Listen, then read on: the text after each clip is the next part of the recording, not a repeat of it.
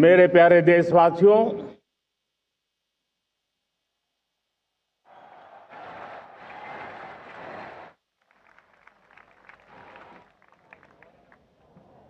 आजादी का ये महापर्व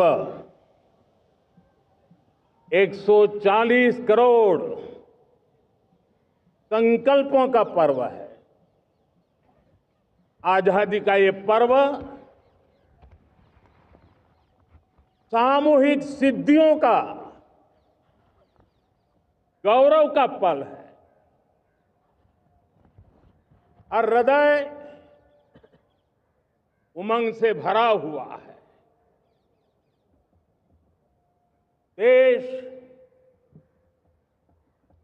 एकता की भावना को निरंतर मजबूती दे रहा है। 140 करोड़ देशवासी आज तिरंगे के रंग में रंगे हैं। हर घर तिरंगा, भारत के हर कोने से, चाहे रेगिस्तान हो या हिमालय की चोटियां, समंदर के तट हो या घनी आबादी वाले क्षेत्र, हर तरफ से एक ही गुंज है, एक ही जयकारा है। हमारी प्राण से भी प्यारी मातृभूमि का जयगान है।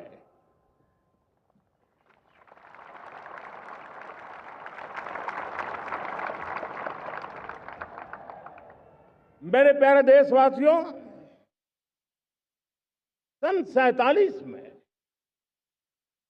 अनंत संभावनाओं के साथ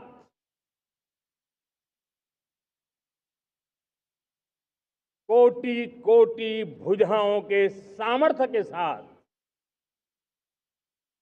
हमारा देश आजाद हुआ। देश की आकांक्षाएं उड़ानें भर रही थी, लेकिन चुनौतियां उससे भी कुछ ज्यादा थी। पूज्य बापू के सिद्धांतों पर चलते हुए संविधान सभा के सदस्यों ने एक बहुत ही महत्वपूर्ण दायित्व निभाया। भारत का संविधान गत 75 वर्ष से एक प्रकाश स्तंभ बन करके हमें मार्ग दिखाता रहा है। भारत के संविधान निर्माता अनेक विद महापुरुष डॉक्टर राजेंद्र प्रसाद, बाबा साहब आंबेडकर, पंडित नेहरू, सरदार वल्लभ भाई पटेल, डॉक्टर सर्वपल्ली राधाकृष्णन जी, इतना ही नहीं, हमारी नारी शक्ति का भी योगदान कम नहीं था। हंसा मेहता जी, दाक्षायणी, वेलायुधन जैसी विदुषियों ने भी भारत के संविधान को सशक्त करने में अपनी भूमिका निभाई थी। आज लाल किले की प्राचीर से देश का मार्गदर्शन करने वाले, देश को दिशा देने वाला संविधान के निर्माताओं को आदरपूर्वक नमन करता हूं।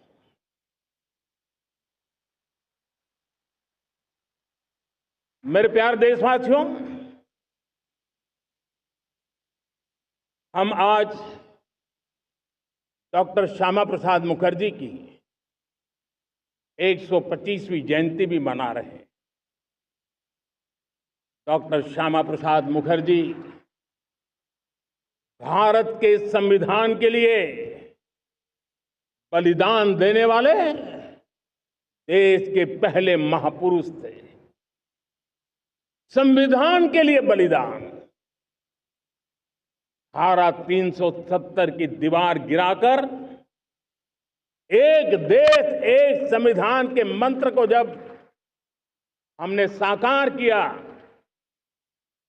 तो हमने डॉक्टर श्यामा प्रसाद मुखर्जी को सच्ची श्रद्धांजलि दी। लाल किले पर आज कई विशेष महानुभाव उपस्थित हैं। दूर सुदूर गांव के पंचायतों के सदस्य हैं, ड्रोन दीदी के प्रतिनिधि हैं, लखपति दीदी की प्रतिनिधि हैं, खेल जगत से जुड़े लोग हैं, राष्ट्र जीवन में कुछ न कुछ देने वाले यहां महानुभाव उपस्थित हैं। एक प्रकार से यहां मेरी आंखों के सामने मैं लघु भारत के दर्शन कर रहा हूं और टेक्नोलॉजी के माध्यम से विशाल भारत के साथ भी आज लाल किला जुड़ा हुआ है। मैं आजादी के इस महापर्व पर देशवासियों का, विश्व भर में फैलाए हुए भारत प्रेमियों का, हमारे मित्रों का हृदय से बहुत बहुत अभिनंदन करता हूं। साथियों, प्रकृति हम सब की परीक्षा ले रही है। पिछले कुछ दिनों में प्राकृतिक आपदाएं, भूस्खलन, बादलों का फटना, न जाने कितनी कितनी आपदाएं हम झेल रहे हैं। पीड़ितों के साथ हमारी संवेदना है। राज्य सरकारें और केंद्र सरकार मिलकर के बचाव के काम, राहत के काम, पुनर्वसन के काम में पूरी शक्ति से जुटे हुए हैं। साथियों, आज 15 अगस्त का एक विशेष महत्व भी मैं देख रहा। मुझे बहुत गर्व हो रहा है कि आज मुझे लाल किले की प्राचीर से ऑपरेशन सिंदूर के वीर जाबाजों को सैल्यूट करने का अवसर मिला है।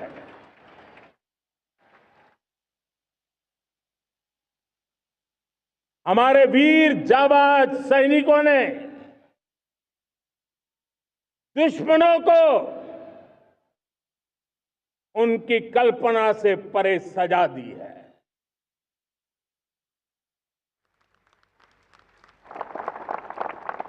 और इस अपील को पहलगाम में सीमा पार से आतंकियों ने आकर के जिस प्रकार का कत्ले आम किया, धर्म पूछ करके लोगों को मारा गया। पत्नी के सामने पति को गोलियां दी, बच्चों के सामने अपने पिता को मौत के घाट उतार दिया गया। पूरा हिंदुस्तान आक्रोश से भरा हुआ था। पूरा विश्व भी इस प्रकार से संहार से चौंक गया था। मेरे प्यारे देशवासियों, ऑपरेशन सिंदूर उसी आक्रोश की अभिव्यक्ति है।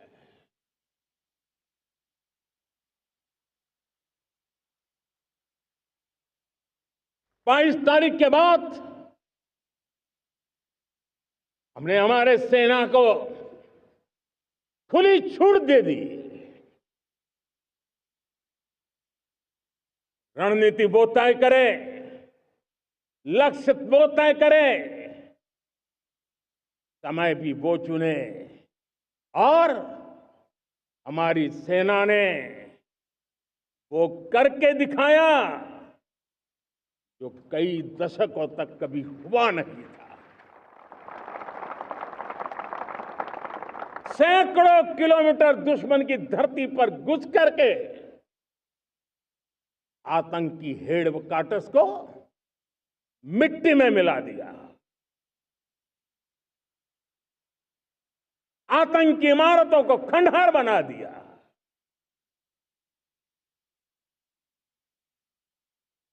पाकिस्तान की नींद अभी भी उड़ी हुई है।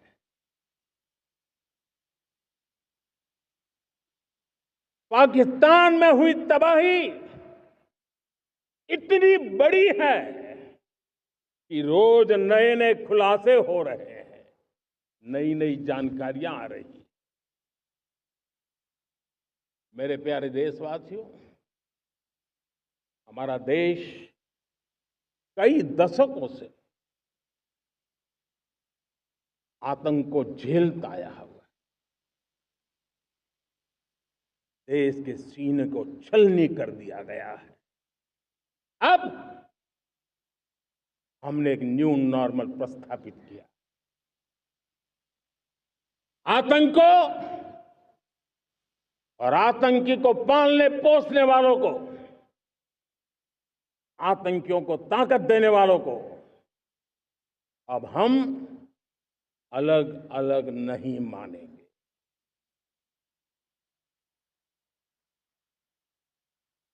वो मानवता के समान दुश्मन है, उनके बीच कोई फर्क नहीं है। अब भारत ने तय कर लिया है कि न्यूक्लियर की धमकियों को अब हम सहने वाले नहीं हैं। न्यूक्लियर ब्लैकमेल लंबे अरसे से चलाया, अब वो ब्लैकमेल नहीं सहा जाएगा।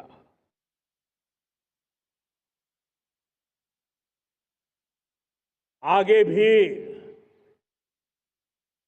अगर दुश्मनों ने ये कोशिश जारी रखी, हमारी सेना तय करेगी, सेना की शर्तों पर, सेना जो समय निर्धारित करे उस समय पर,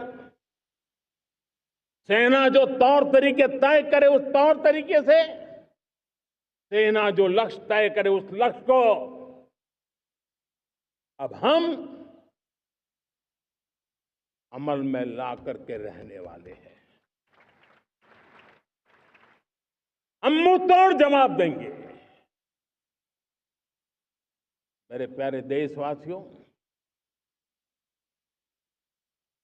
भारत ने तय कर लिया है, खून और पानी एक साथ नहीं बहेंगे।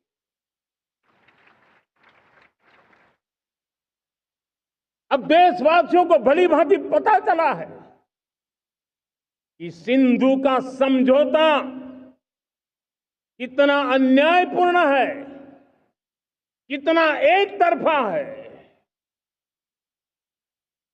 भारत से निकलती नदियों का पानी दुश्मनों के खेत को सींच रहा है और मेरे देश के किसान, मेरे देश की धरती पानी के बिना प्यासी है।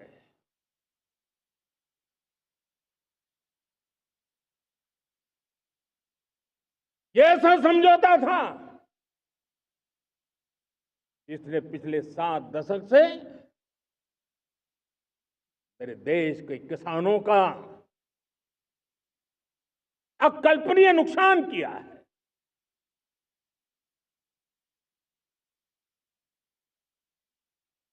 अब हिंदुस्तान के हक का जो पानी है उस पर अधिकार सिर्फ और सिर्फ हिंदुस्तान का है, हिंदुस्तान के किसानों का है।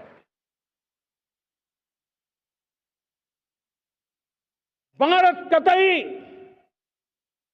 सिंधु समझौते को, उस स्वरूप को दशकों तक सहा है, उस स्वरूप को आगे नहीं सहा जाएगा।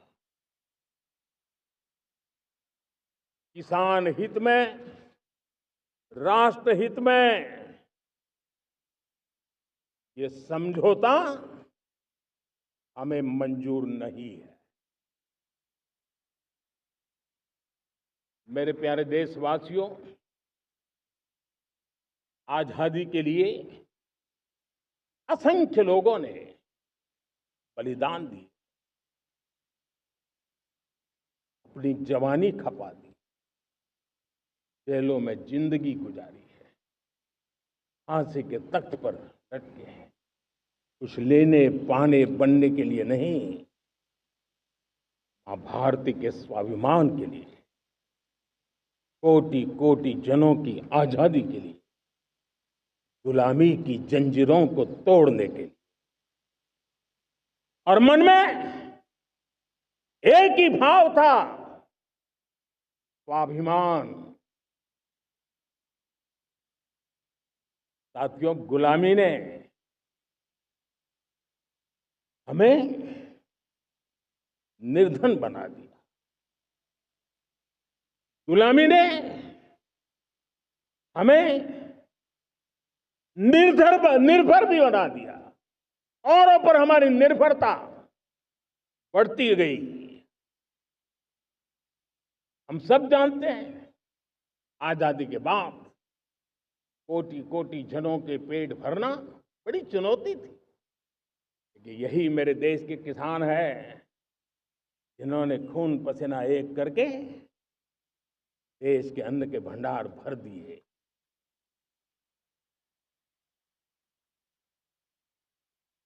अनाज के संबंध में देश को आत्मनिर्भर बना दिया। एक राष्ट्र के लिए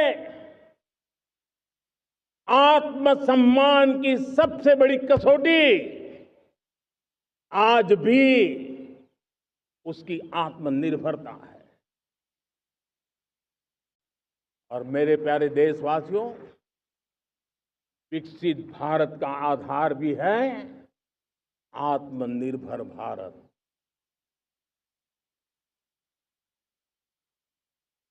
जो दूसरों पर ज्यादा निर्भर रहता है, उसकी आजादी पर उतना ही बड़ा प्रश्न चिन्ह लग जाता है। और दुर्भाग्य तो तब बन जाता है जब निर्भरता की आदत लग जाए, पता ही ना चले हम कब आत्मनिर्भरता छोड़ रहे हैं और कब किसी के निर्भर हो जाते हैं। ये आदत खतरे से खाली नहीं है और इसलिए प्रतिपल जागरूक रहना पड़ता है आत्मनिर्भर होने के लिए। और मेरे प्यारे देशवासियों, आत्मनिर्भरता का नाता सिर्फ आयात और निर्यात, रुपये, पैसे, पाउंड, डॉलर यहां तक सीमित नहीं है। इतना सीमित अर्थ उसका नहीं है। आत्मनिर्भरता का नाता हमारे सामर्थ्य से जुड़ा हुआ है। और जब आत्मनिर्भरता खत्म होने लगती है तो सामर्थ्य भी निरंतर क्षीण होता जाता है। और इसलिए हमारे सामर्थ्य को बचाए रखने, बनाए रखने और बढ़ाए रखने के लिए आत्मनिर्भर होना बहुत अनिवार्य है।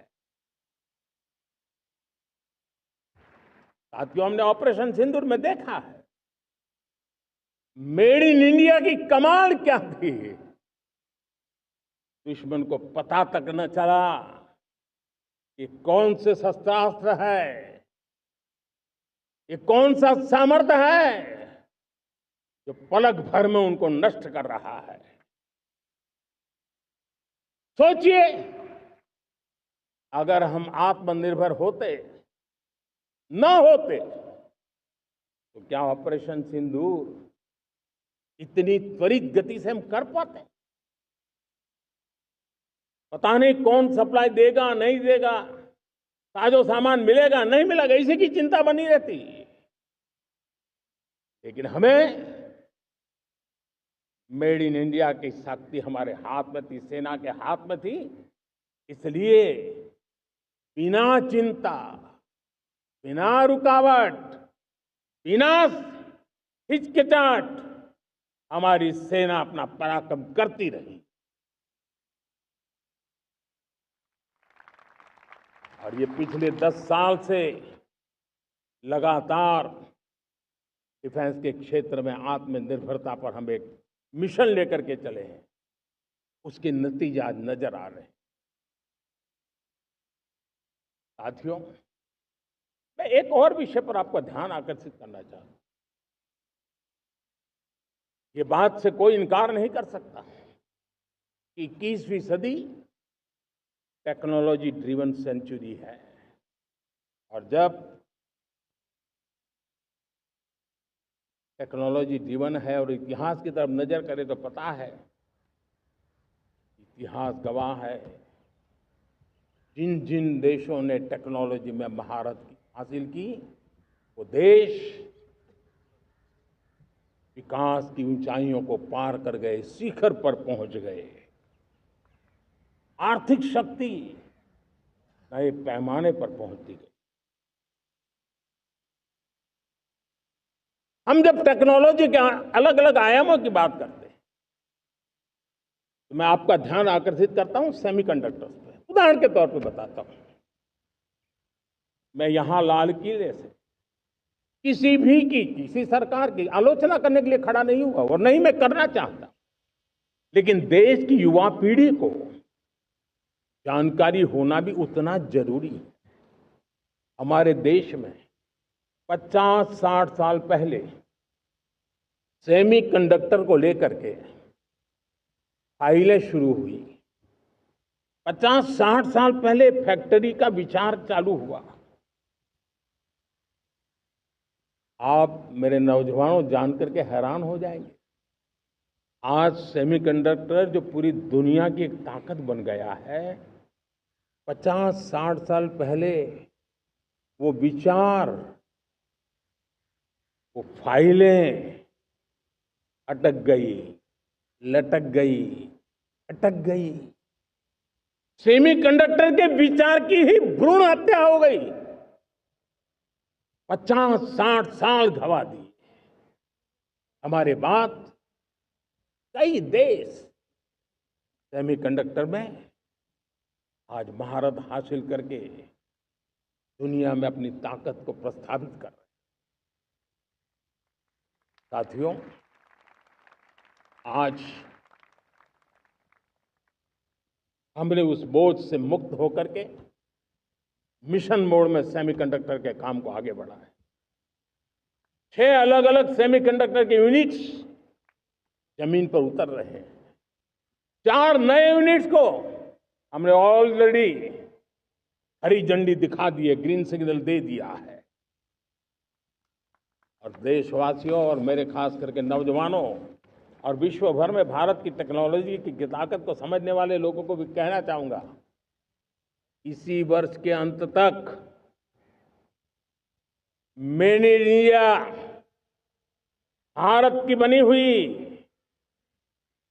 भारत में बनी हुई, भारत के लोगों द्वारा बनी हुई मेड इन इंडिया चिप्स बाजार में आ जाएगी।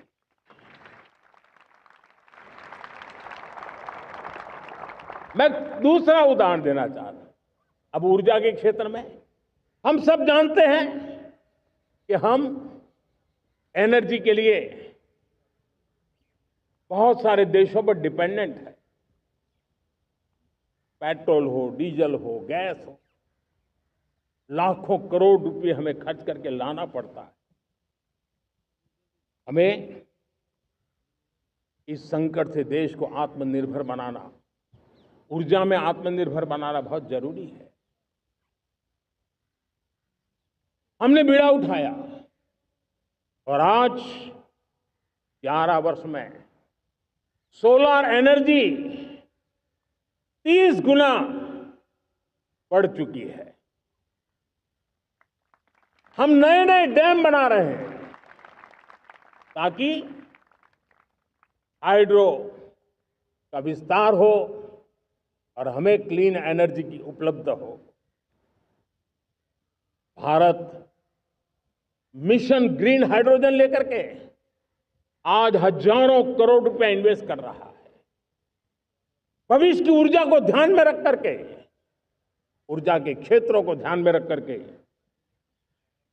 भारत न्यूक्लियर एनर्जी पर भी बहुत बड़े इनिशिएटिव ले रहा है।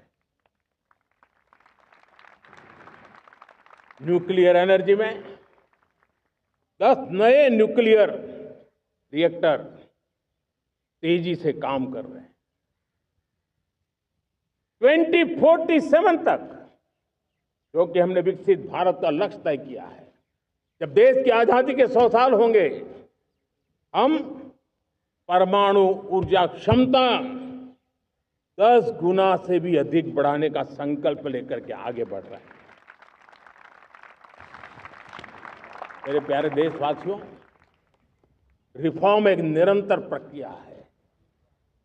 समयानुकूल परिस्थिति के अनुसार रिफॉर्म करते जाना होता है। हम न्यूक्लियर एनर्जी के क्षेत्र में बहुत बड़े रिफॉर्म लेकर के आए। अब हमने प्राइवेट सेक्टर के लिए भी परमाणु ऊर्जा को उसके द्वार खोल दिए हैं। हम शक्ति को जोड़ना चाहते।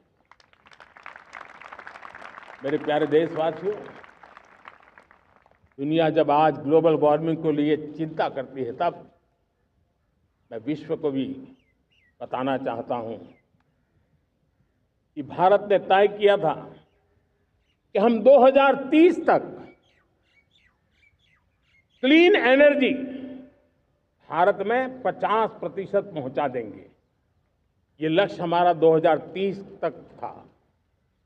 मेरे देशवासियों का सामर्थ्य देखिए, मेरे देशवासियों की संकल्प शक्ति देखिए, मेरे देशवासियों को विकसित भारत बनाने का संकल्प को पूर्ण करने के लिए उनकी दौड़ देखिए। हमने जो लक्ष्य 2030 में तय किया था, वो 50% क्लीन एनर्जी का लक्ष्य 2025 में हमने कर लिया। 5 साल पहले हमने अचीव कर लिया, क्योंकि विश्व के प्रति भी हम उतने ही संवेदनशील हैं, प्रकृति के प्रति भी उतने ही हम जिम्मेवार लोग हैं। मेरे प्यारे देशवासियों, बजट का बहुत बड़ा हिस्सा ये पेट्रोल, डीजल, गैस, इन सबको लाने के लिए खर्च होता था। लाखों करोड़ रुपए चले जाते थे। अगर हम ऊर्जा में डिपेंडेंट न होते, वो धन मेरे देश के नौजवानों के भविष्य के लिए काम आता। वो धन मेरे देश के गरीबों को गरीबी के खिलाफ लड़ाई लड़ने में काम आता। वो धन मेरे देश के किसानों के कल्याण में काम आता। वो धन मेरे देश के गांव की परिस्थिति को पलटने के लिए काम आता। लेकिन हमें विदेशों को देना पड़ रहा। अब हम आत्मनिर्भर बनने की दिशा में काम कर रहे हैं। देश को विकसित बनाने के लिए हम अब समुद्र मंथन की तरफ भी जा रहे हैं। हमारे समुद्र के मंथन को आगे बढ़ाते हुए हम समुद्र के भीतर के तेल के भंडार, गैस के भंडार, उसको खोजने की दिशा में एक मिशन मोड में काम करना चाहते हैं। और इसलिए भारत ने national deep water exploration mission शुरू करने जा रहा है।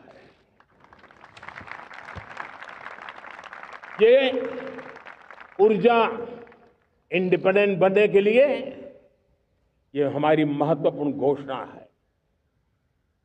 मेरे प्यारे देशवासियों, आज पूरा विश्व क्रिटिकल मिनरल को लेकर के बहुत ही सतर्क हो गया है। उसके सामर्थ्य को लोग भली भांति समझने लगे हैं।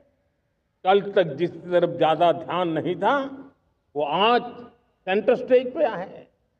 हमारे लिए भी क्रिटिकल मिनरल्स में आत्मनिर्भरता बहुत अनिवार्य है। एनर्जी का सेक्टर हो, इंडस्ट्री का सेक्टर हो, रक्षा क्षेत्र हो, टेक्नोलॉजी के हर क्षेत्र हो, आज क्रिटिकल मिनरल्स की टेक्नोलॉजी के अंदर बहुत अहम भूमिका है। और इसलिए नेशनल क्रिटिकल मिशन हमने लॉन्च किया है। 1200 से अधिक स्थानों पर खोज का अभियान चल रहा है और हम क्रिटिकल मिनरल में भी आत्मनिर्भर बनने की दिशा में आगे बढ़ रहे हैं। मेरे प्यारे देशवासियों, स्पेस सेक्टर का कमाल तो हर देशवासी देख रहा, गर्व से भर जा रहा। और हमारे group captain Shubhanshu Shukla space station से लौट चुके हैं और आने वाले कुछ दिनों में वो भारत भी आ रहे हैं। हम स्पेस में भी अपने दम पर आत्मनिर्भर भारत गगनयान की तैयारी कर रहे हैं। हम अपने बलबूते पर हमारा अपना स्पेस स्टेशन बनाने की दिशा में हम काम कर रहे हैं। और पिछले दिनों स्पेस में जो रिफॉर्म किए गए, मुझे बहुत गर्व हो रहा है। मेरे देश के 300 से ज्यादा स्टार्टअप्स आप सिर्फ और सिर्फ स्पेस सेक्टर में काम कर रहे हैं और उन 300 स्टार्टअप में हजारों नौजवान पूरे सामर्थ्य के साथ जुटे हैं। ये है मेरे देश के नौजवानों की ताकत और ये है हमारे देश के नौजवानों के प्रति विश्वास। मेरे प्यारे देशवासियों, 140 करोड़ भारतवासी 2047 में जब आजादी के 100 साल होंगे, विकसित भारत के संकल्प को परिपूर्ण करने के लिए पूरी ताकत से जुटे हैं।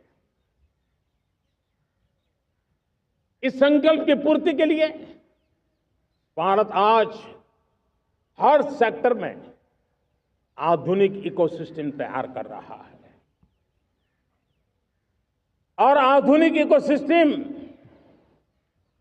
हर क्षेत्र में हमारे देश को आत्मनिर्भर बनाएगा।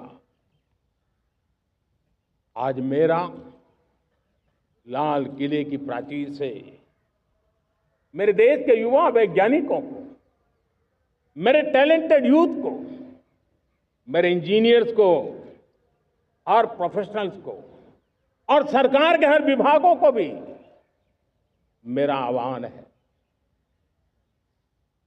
क्या हमारा अपना made in India fighter jets के लिए जेट इंजन हमारा होना चाहिए कि नहीं होना चाहिए?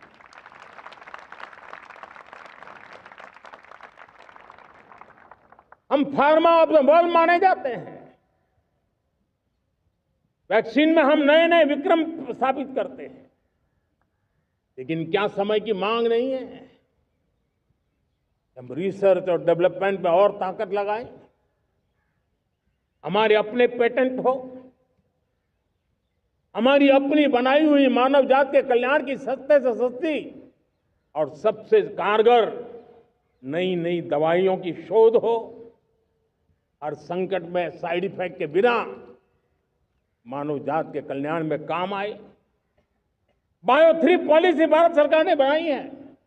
मैं देश के नौजवानों को कहता हूं, आइए बायो 3 पॉलिसी का अध्ययन करके अब कदम उठाइए। देश का भाग्य बदलना है, आपका सहयोग चाहिए। मेरे प्यारे देशवासियों, आज आईटी का युग है, डेटा की ताकत है। क्या समय की मांग नहीं है? ऑपरेटिंग सिस्टम से लेकर के साइबर सुरक्षा तक, डीप टेक से लेकर के आर्टिफिशियल इंटेलिजेंस तक, सारी चीजें हमारी अपनी हो, इस पर हमारे ही लोगों का सामर्थ्य जुटा हुआ हो, उनकी सामर्थ्य शक्ति का विश्व को परिचय कराए।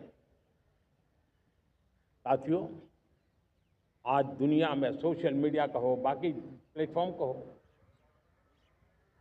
दुनिया के प्लेटफॉर्म पर हम काम कर रहे हैं। दुनिया ने हमने दिखा दिया है, यूपीआई का हमारा प्लेटफॉर्म आज दुनिया को अजोबा कर रहा है। हमारे में सामर्थ्य है। रियल टाइम ट्रांजैक्शन में 50% अकेला भारत यूपीआई के माध्यम से करता है। इसका मतलब की ताकत है। क्रिएटिव वर्ल्ड हो, सोशल मीडिया हो, ये जितने भी प्लेटफॉर्म्स हैं, मेरे देश के नौजवानों में चुनौती करता हूं आपको, आइए हमारे अपने प्लेटफॉर्म क्यों ना हो, हम क्यों दूसरों पर निर्भर रहे, क्यों भारत का धन बाहर जाए। और मुझे आपके सामर्थ्य पर भरोसा है। मेरे प्यारे देशवासी, जैसे ऊर्जा के क्षेत्र में हम डिपेंडेंट हैं, वैसा ही देश का दुर्भाग्य है कि फर्टिलाइजर, उसमें भी हमें दुनिया पर निर्भर रहना पड़ता है। मेरे देश के किसान भी फर्टिलाइजर का सही उपयोग कर करके धरती माता की सेवा कर सकते हैं। अनाप शनाप उपयोग से भी धरती मां को बहुत नुकसान पहुंचा रहे हैं। लेकिन साथ साथ मैं देश के नौजवानों को कहना चाहता हूं, देश के उद्योग जगत को कहना चाहता हूं, देश के प्राइवेट सेक्टर को कहना चाहता हूं, आइए हम फर्टिलाइजर के भंडार भर दें, हम नए नए तौर तरीके खोजें और भारत की आवश्यकता के अनुसार हम अपना फर्टिलाइजर तैयार करें। हम औरों पर निर्भर न रहे। साथियों, आने वाला युग ईवी का है। अब ईवी बैटरी क्या हम नहीं बनाएंगे? हम निर्भर रहेंगे? सोलर पैनल की बात हो, इलेक्ट्रिक व्हीकल्स के लिए जिन जिन चीजों की आवश्यकताएं हैं, वो हमारी अपनी होनी चाहिए। साथियों, मैं ये इसलिए कहने की हिम्मत करता हूं, क्यों? क्योंकि मुझे देश के नौजवानों के सामर्थ्य पर भरोसा है। और भरोसा सिर्फ वो मेरे देश के नौजवान हैं इतने मात्र से नहीं है। कोविड के समय हम बहुत सारी चीजों पर निर्भर थे। तो मेरे देश के नौजवानों को कहा गया कि वैक्सीन हमारी अपनी चाहिए, देश ने करके दिखाया। कोविन प्लेटफॉर्म हमारा अपना होना चाहिए, देश ने करके दिखाया। करोड़ों करोड़ों लोगों की जिंदगी बचाने का काम हमने किया है। वही स्पिरिट, वही जज्बा हमें जीवन के हर क्षेत्र में आत्मनिर्भर बनने के लिए अपना सब कुछ देना है। अपना जो बेस्ट है वो हमें दे करके रहना है। साथियों, पिछले 11 साल में एंटरप्रेन्योरशिप, उद्यमशीलता को बहुत बड़ी ताकत मिली। आज लाखों स्टार्टअप्स टियर 2, टियर 3 सिटी में देश की अर्थशक्ति को, देश के इनोवेशन को ताकत दे रहे हैं। उसी प्रकार से मुद्रा योजना से हमारे देश के करोड़ों नौजवान, उसमें भी हमारी बेटियां, करोड़ों करोड़ों लोग मुद्रा से लोन लेकर के अपना खुद का कारोबार कर रहे हैं। खुद तो अपने पैरों पर खड़े हुए हैं, लेकिन औरों को भी पैरों पर खड़े रहने की ताकत देते हैं। वे भी एक प्रकार से हर व्यक्ति को आत्मनिर्भर बनाने का अवसर दे रही है। मेरे साथियों, विमेन सेल्फ हेल्प ग्रुप किसी का ध्यान नहीं था। पिछले 10 साल में विमेन सेल्फ हेल्प ग्रुप ने कमाल करके दिखाया। आज उनके प्रोडक्ट दुनिया के बाजार में जाने लगे हैं। लाखों करोड़ों का कारोबार हमारे विमेन सेल्फ हेल्प ग्रुप करते हैं। मैंने एक बार मन की बात में खिलौने की बात कही थी। हम करोड़ों करोड़ रुपए के खिलौने विदेश से लाते थे। मैंने ऐसे ही मन की बात में कहा, करे मेरे देश के नौजवानों, ऐसा भी करें इन्हें क्या, किलो भी बाहर जाएंगे। और आज मैं गर्व से कहता हूं कि मेरा देश खिलौने एक्सपोर्ट करने लग गया है। यानी देश के सामर्थ्य को हर प्रकार के अवसर मिले, हर रुकावटों से मुक्ति मिले, उसको सर्वाधिक करने के लिए प्रेरित किया जाए। देश कर सकता है। मैं देश के युवाओं से कहता हूं, आइए आप इनोवेटिव आइडियाज लेकर के, आपके आइडियाज को मरने मत देना दोस्त। आज का आपका आइडिया हो सकता है आने वाली पीढ़ी का भविष्य बना सकता है। मैं आपके साथ खड़ा हूं, मैं आपके लिए काम करने के लिए तैयार हूं, आपका साथी बन के काम करने तैयार हूं। आप आइए, हिम्मत जुटाइए, इनिशिएटिव लीजिए। जो युवा मैन्युफैक्चरिंग के बारे में सोचते हैं, आइए आगे बढ़िए। सरकार के नियमों में बदलाव करना है, मुझे बताइए। अब देश रुकना नहीं चाहता है। 2047 दूर नहीं है, एक एक पल की कीमत है और हम एक भी पल गंवाना नहीं चाहते दोस्तों। साथियों, ये आगे बढ़ने का अवसर है, बड़े सपने देखने का अवसर है, संकल्प के लिए समर्पित होने का अवसर है। जब सरकार आपके साथ है और मैं स्वयं आपके साथ हूं, तब हम नया इतिहास बना सकते हैं। साथियों, आज नेशनल मैन्युफैक्चरिंग मिशन पर बहुत तेजी से काम हो रहा है। हमारे एमएसएमईज, उसका लोहा दुनिया मानती है।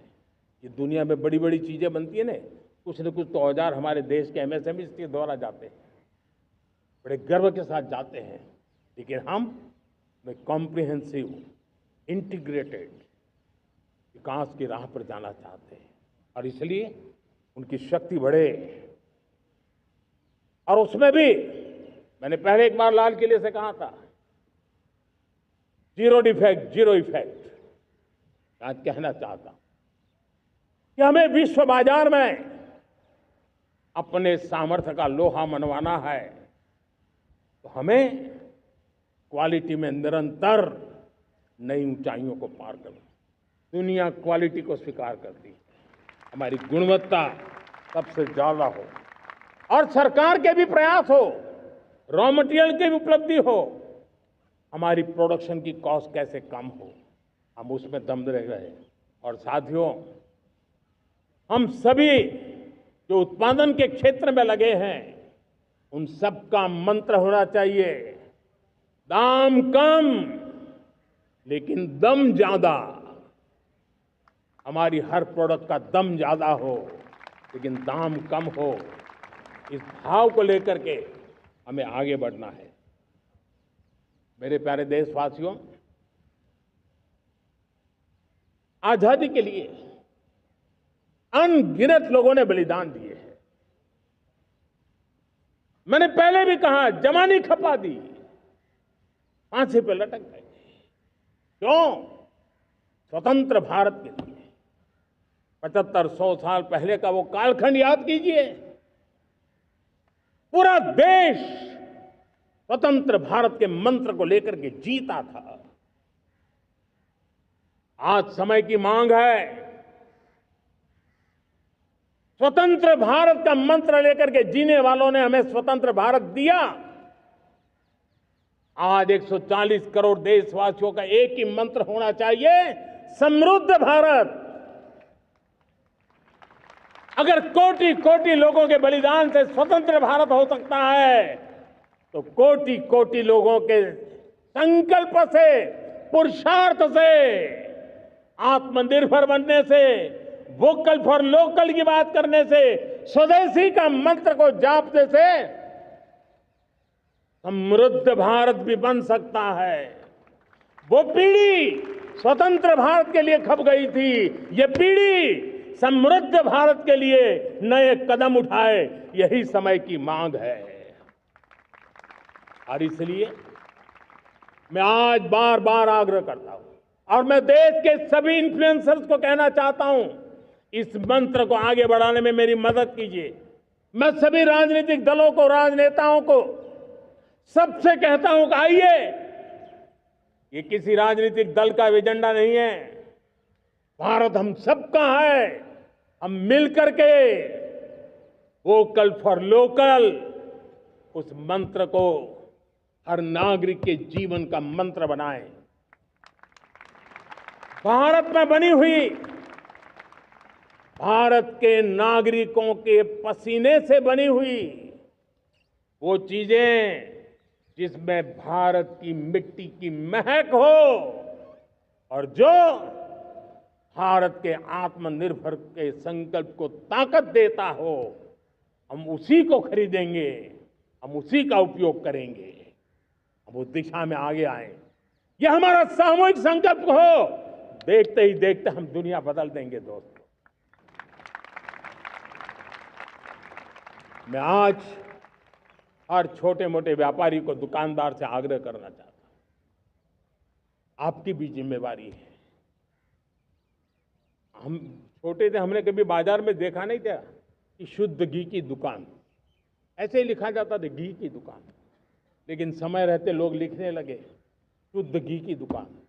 मैं चाहता हूं देश में ऐसे व्यापारी आगे आए, ऐसे दुकानदार आए कि हाँ स्वदेशी माल बिकता है, वो बोर्ड लगा रहे हैं।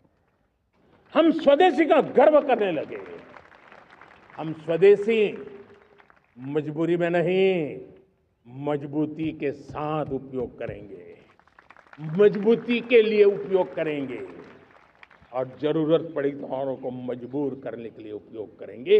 ये हमारी ताकत होनी चाहिए, ये हमारा मंत्र होना चाहिए। मेरे प्यारे देशवासियों,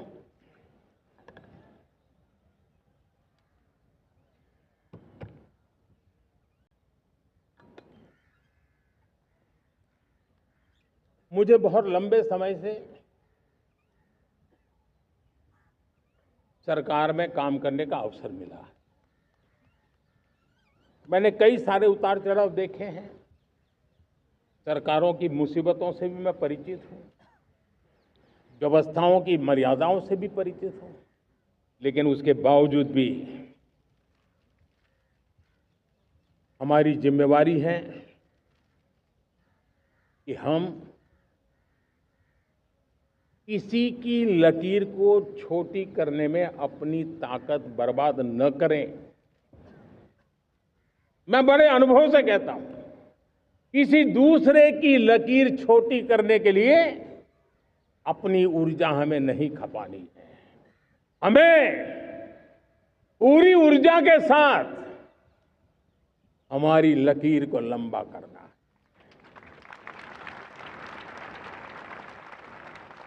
हम अगर अपनी लकीर लंबी करते हैं तो दुनिया भी हमारा लोहा मानेगी। आज जब वैश्विक परिस्थितियों में आर्थिक स्वार्थ दिनों दिन बढ़ रहा है, तब समय की मांग है कि हम उन संकटों के रोते बैठने की जरूरत नहीं है। हिम्मत के साथ हम अपनी लकीर को लंबी करें। और मैं 25 साल के शासन के अनुभव से कह सकता हूं, अगर ये रास्ता हमने चुन लिया, हर किसी ने चुन लिया, तो फिर कोई स्वार्थ हमें अपनी चंगुल में नहीं फंसा सकता है। मेरे प्यारे देशवासियों, बीता दशक रिफॉर्म, परफॉर्म, ट्रांसफॉर्म कर रहा है। लेकिन अब हमें और नई ताकत से जुड़ना है। पिछले दिनों हमने कई रिफॉर्म्स किए, एफडीआई हो, इंश्योरेंस कंपनी की बात हो, विश्व की यूनिवर्सिटीज को भारत के अंदर स्थान देने की बात हो, कई रिफॉर्म्स किए हैं। 40,000 से ज्यादा अनावश्यक कंप्लायंसेस को हमने खत्म किया है। इतना ही नहीं, 1500 से अधिक पुराने कानून जो बाबा आदम के जमाने के थे, उन सबको हमने खत्म कर दिया है।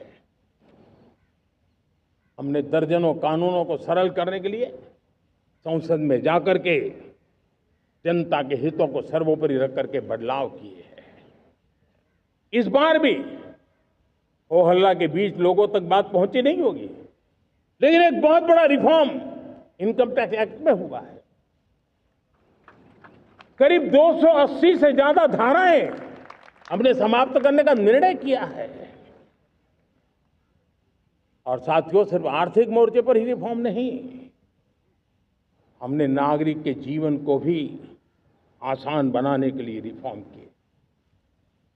इनकम टैक्स रिफंड की बात हो, रिफॉर्म का परिणाम है।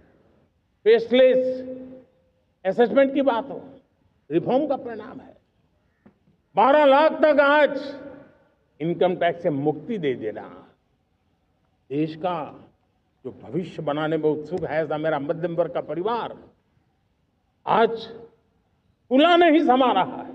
कभी किसी ने सोचा नहीं था कि 12 लाख रुपए तक का इनकम टैक्स पर जीरो कर दिया जाएगा। आज कर लिया है। जब देश का सामर्थ्य बढ़ता है तो देशवासियों को लाभ मिलता है।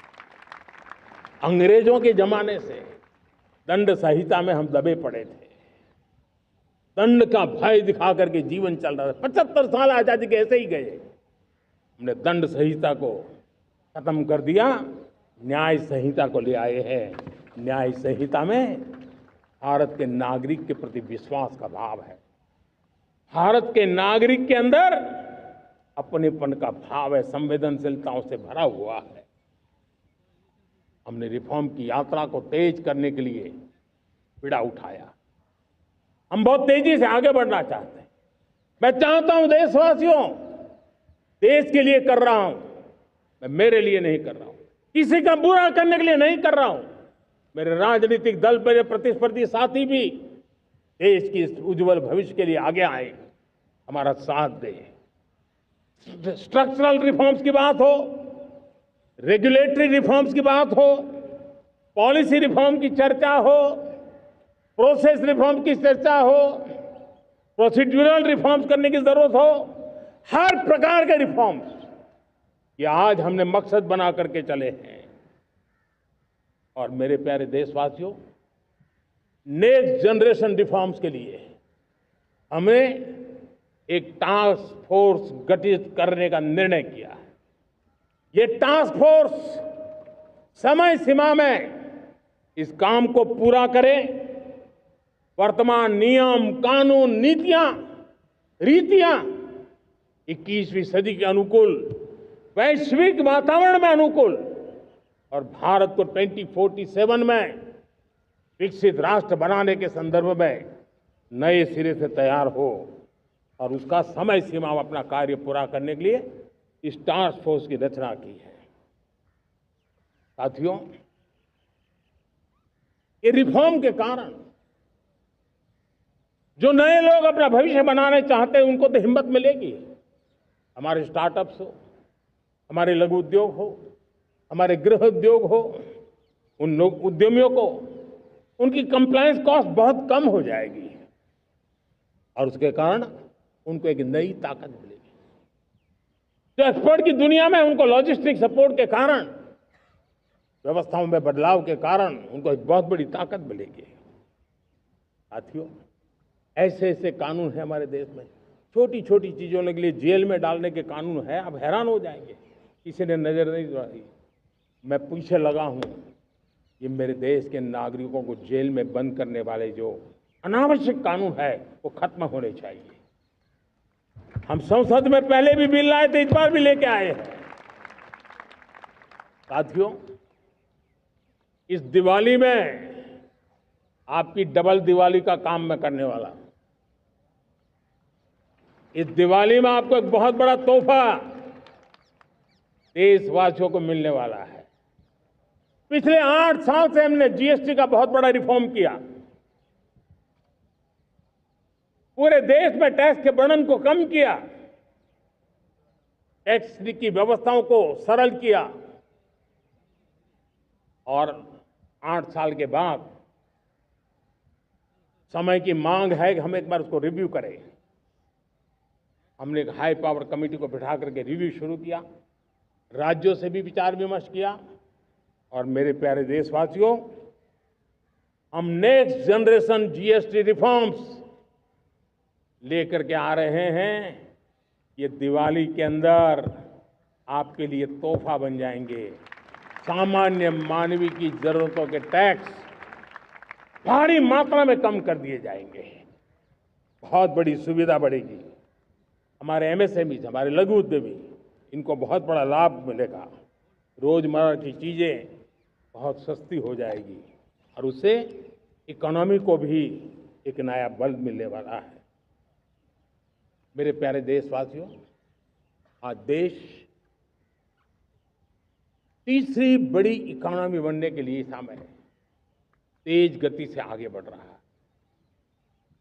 हम दरवाजे खटखटा रहे हैं और बहुत तेजी से हम उसको अचीव भी कर लेंगे।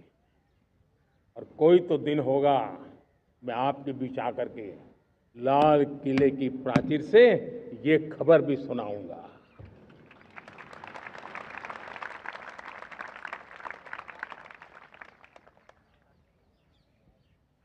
आज भारत की अर्थव्यवस्था और आर्थिक स्थिति को देखिए, पूरी दुनिया आश्वस्त है। इतनी अस्थिरता के बीच आशा की किरण बना हुआ है भारत का फाइनेंशियल डिसिप्लिन, भारत की फाइनेंस की ऊर्जा। संकट के घेरे में जब अर्थव्यवस्था पड़ी हुई है, तब भारत ही उसे बाहर निकलेगा, ये भरोसा दुनिया में पनपा है। आज इन्फ्लेशन कंट्रोल में है, फॉरेन एक्सचेंज रिजर्व हमारे बहुत मजबूत है, हमारे मैक्रो इकोनॉमिक इंडिकेटर्स बहुत मजबूत है। ग्लोबल रेटिंग एजेंसी भी लगातार भारत की सराहना करती हैं, भारत की अर्थव्यवस्था पर ज़्यादा से ज़्यादा विश्वास व्यक्त कर रही है। ये बढ़ती हुई अर्थव्यवस्था का लाभ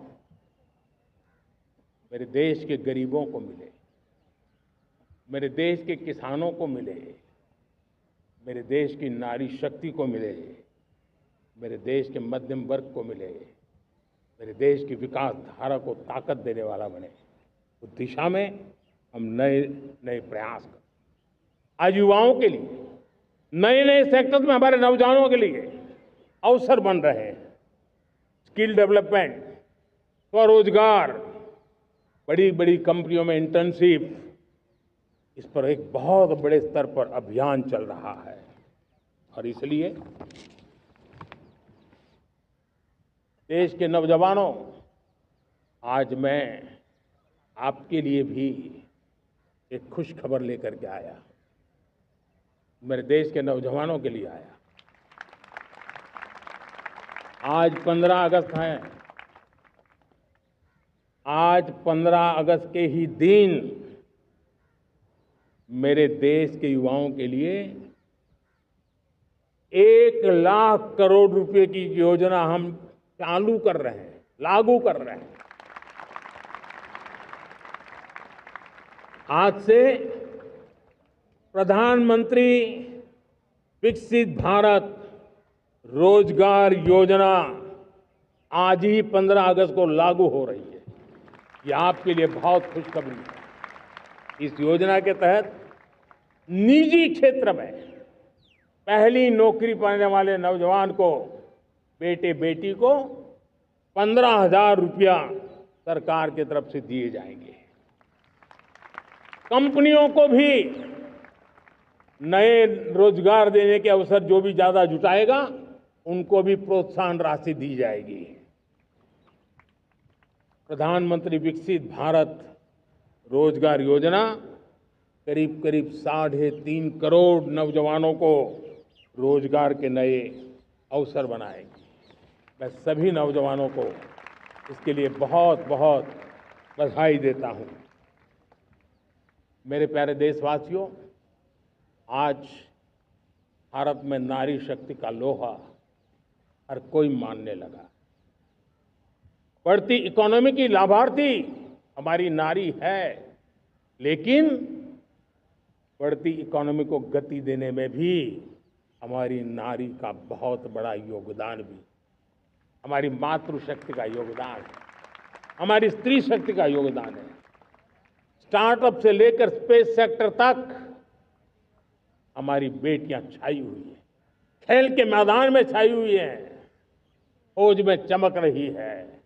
आज गर्व के साथ नारी कंधे से कंधा मिला करके देश की विकास यात्रा में भागीदार हो रही। देश गर्व से भर गया जब एनडीए की विमेन कैडेट्स उनका पहला पास आउट हुआ था। पूरा देश गर्व से भर गया था। सारे टीवी चैनल उसी के पीछे लगे हुए थे। कितने बड़े गौरव की पल थी। Self help group, 10 crore self help group की बहनें क्या कमाल कर रही है। नमो ड्रोन दीदी नारी शक्ति की एक नई पहचान बनी। गांव में मुझे एक बहन मिली, वो कहती मुझे अब तो गांव वाले पायलट कह करके बुलाते हैं। बड़े गर्व से कह रहे हैं। ज्यादा पढ़ी लिखी नहीं थी, लेकिन उसका रतबा पैदा हुआ है। साथियों, हमने 3 करोड़ महिलाओं को लखपति दीदी बनाने का संकल्प लिया था। 3 करोड़। और मुझे आज संतोष है कि हम तेज गति से काम कर रहे हैं। समय से पहले 3 करोड़ का लक्ष्य पार कर लेंगे। और आज मैं खुशी से देश को बताना चाहता हूं कि मेरे नारी शक्ति का सामर्थ्य देखिए। देखते ही देखते 2 करोड़ महिलाएं लखपति दीदी बन चुकी है। आज कुछ लखपति दीदी हमारे सामने बैठी है।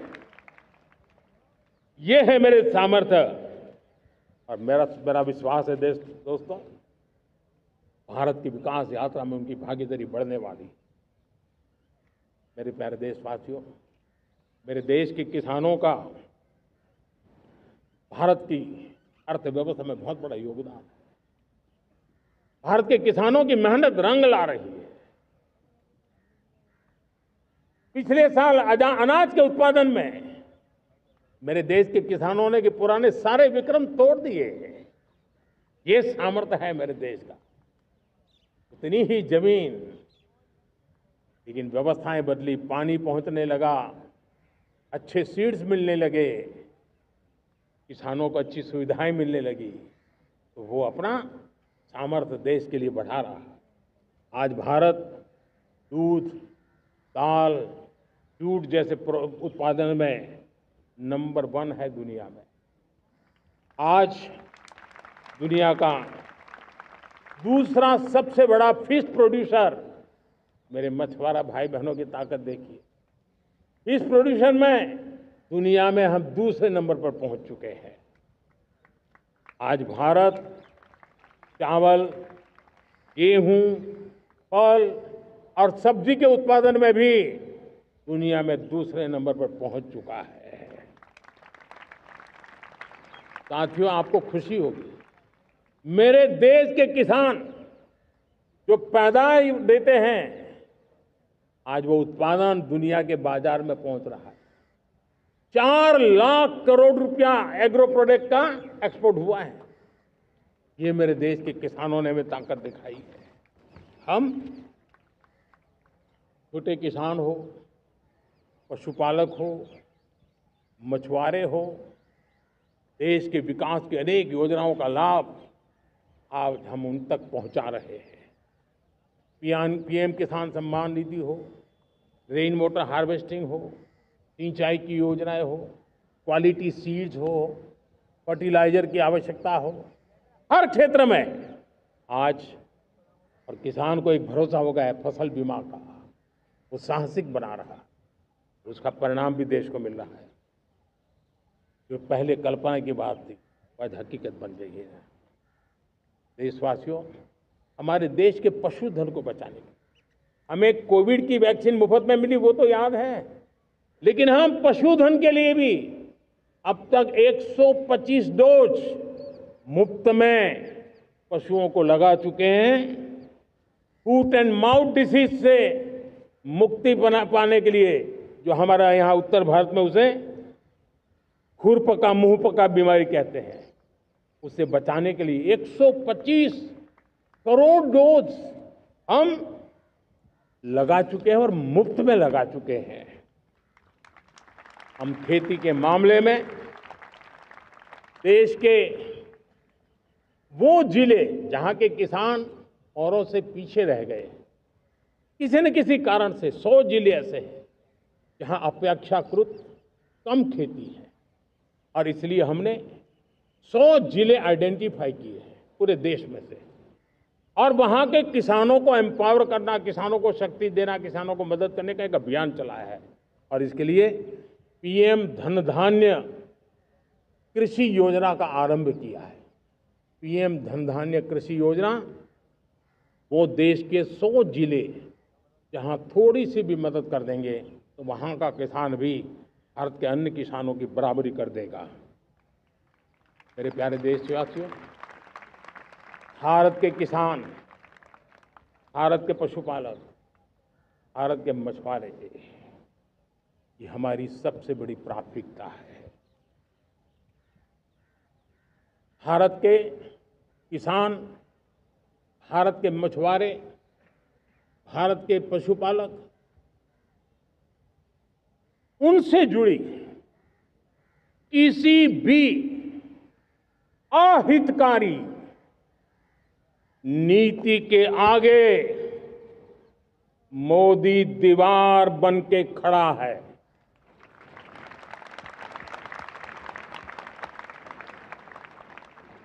भारत अपने किसानों, अपने पशुपालकों, अपने मछुआरों के संबंध में कभी भी कोई समझौता नहीं स्वीकार करेगा।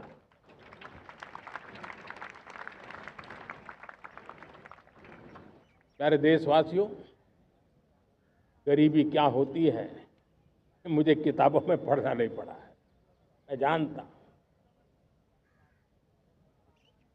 सरकार में भी रहा हूं और इसलिए मेरी कोशिश रही है कि सरकार फाइलों में नहीं होनी चाहिए। सरकार देश के नागरिकों की लाइफ में होनी चाहिए। दलित हो, पीड़ित हो, शोषित हो, वंचित हो, उनके लिए सकारात्मक रूप से सरकारें प्रोएक्टिव हो, सरकारें प्रो पीपल हो, उस दिशा में हम निरंतर प्रयास कर रहे हैं। समाज के हर जरूरत व्यक्ति के लिए, कुछ लोगों को लगता है कि सरकार की योजनाएं पहले भी आती थी। जी नहीं, हम सरकार की योजनाओं को जमीन पर उतार रहे हैं, सैचुरेशन पर बल देते हैं। और सामाजिक न्याय का अगर कोई सच्चा एजुकेशन है तो सैचुरेशन में है, जिसमें कोई हकदार छूटे नहीं, हकदार के घर तक सरकार जाए और उसे अपना हक की चीजें मिले, उसके लिए हम काम कर रहे हैं। जनधन अकाउंट जब खोले गए ना, वो सिर्फ बैंक का अकाउंट था ऐसा नहीं है, उसे एक स्वाभिमान मिला था कि बैंक के दरवाजे मेरे लिए भी खुलते हैं, मैं भी बैंक के दरवाजे में जाकर के टेबल पे हाथ रख करके बात कर सकता हूं। ये विश्वास हमने जगाया है। आयुष्मान भारत ने बीमारी को सहने की आदत से मुक्ति दिलाने का और उनको अच्छे स्वास्थ्य के लिए मदद करने का काम और जब हम वरिष्ठ नागरिकों को 5 लाख रुपए से ज्यादा मदद कर करके उनके आरोग्य की चिंता करते हैं, आज पीएम आवास 4 करोड़ गरीबों को घर मिलना मतलब जिंदगी के नए सपने वहां सजते हैं। वो सिर्फ 4 दीवारें नहीं है दोस्तों। रेहड़ी पटरी वालों के लिए पीएम स्वनिधि योजना, जो कभी ब्याज के चक्कर में फंसा रहता था, आज पीएम स्वनिधि से रेहड़ी पटरी वाला भी, और आपने देखा वो यूपीआई से पैसे लेता है, यूपीआई से पैसे देता है। ये बदलाव आखिरी व्यक्ति तक चिंता लोगों की लाइफ में सरकार होनी चाहिए। उसी के कारण ये जमीन से जुड़ी योजनाएं बनती हैं और जमीन से जुड़ी योजनाएं जमीन पर उतरती हैं और जमीन से उतरी हुई योजनाएं जीवन में बदलाव लाने का एक सशक्त माध्यम बन जाती हैं। एक समय था गरीब हो, पीड़ित हो, आदिवासी हो, वंचित हो, दिव्यांग हो, हमारी विधवा माताएं बहनें हो, अपने हक के लिए दर दर भटकते रहते थे। सरकारी दफ्तरों में चक्कर लगाते लगाते जिंदगी पूरी हो जाती। आज सरकार आपके दरवाजे पर आती है, सैचुरेशन के अप्रोच को लेकर के आती है। करोड़ों लाभार्थियों को सरकारी योजनाओं का लाभ मिल रहा है। डायरेक्ट बेनिफिट ट्रांसफर एक बहुत बड़ा क्रांतिकारी काम हुआ है। साथियों, गरीबी हटाओ के नारे देश ने बहुत सुने हैं, लाल किले से भी सुने, और देश सुन सुन करके थक गया था और देश ने मान लिया था कि गरीबी हट नहीं सकती है। लेकिन जब हम योजनाओं को गरीब के घर तक ले जाते हैं, विश्वास को गरीब के मन में हम पैदा करते हैं, तब मेरे देश के 25 करोड़ गरीब गरीबी को परास्त कर करके, गरीबी से बाहर निकल करके एक नया इतिहास बनाते हैं। आज 10 करोड़ गरीब और 10 वर्ष में 25 करोड़ से ज्यादा गरीब गरीबी को परास्त कर करके गरीबी से बाहर निकले हैं और एक न्यू मिडिल क्लास तैयार हुआ है। मेरे साथियों, ये न्यू मिडिल क्लास और मिडिल क्लास एक ऐसी जुगलबंदी है जिसमें एस्पिरेशन भी है, एफर्ट भी है। वो देश को आगे बढ़ाने के लिए बहुत बड़ा सामर्थ्य बनने वाली है। मेरे प्यारे देशवासियों, बहुत ही निकट भविष्य में